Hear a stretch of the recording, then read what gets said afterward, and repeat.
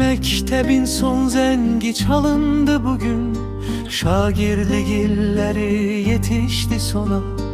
Yürekler döyündü yeni arzuyla, arzular da girdi al elvan dona. Ömrün dört yoluna yetişti karvan, yollar açalanır neçe budağa. Yollar uzakları çekir yakına, yollar bizi çekir daha uzağa. İller akıp gitti öz mecrasında, değişti zamanın dadı ahengi. Hayat mektebinin ilk zengi oldu, mektep hayatının sonuncu zengi.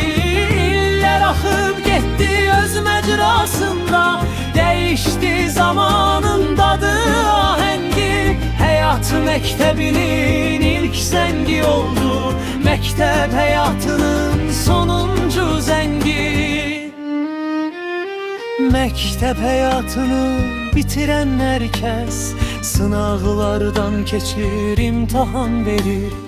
Fakat istese de istemese de hayat mektebine sınanıp girir. Evrin dört yoluna yetişti karvan, yollar açalanır neçe budağa. Yollar uzakları çekir yakına, yollar bizi çekir daha uzağa. İller akıp gitti öz mecrasında, değişti zamanın dadı ahengi. Hayat mektebinin ilk zengi oldu, mektep hayatının sonuncu zengi. İller akıp gitti öz mecrasında, değişti zamanın dadı ahengi. Hayat mektebinin ilk zengi oldu, mektep hayatının sonuncu zengi.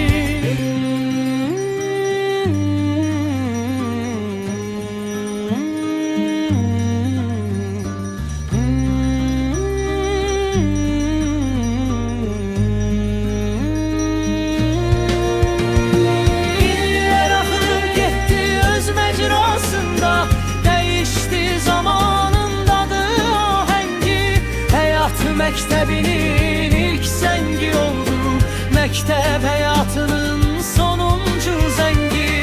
İller akıp gitti öz mecrasında, değişti zamanın dadı ahengi. Hayat mektebinin ilk zengi oldu, mektep hayatının sonuncu zengi.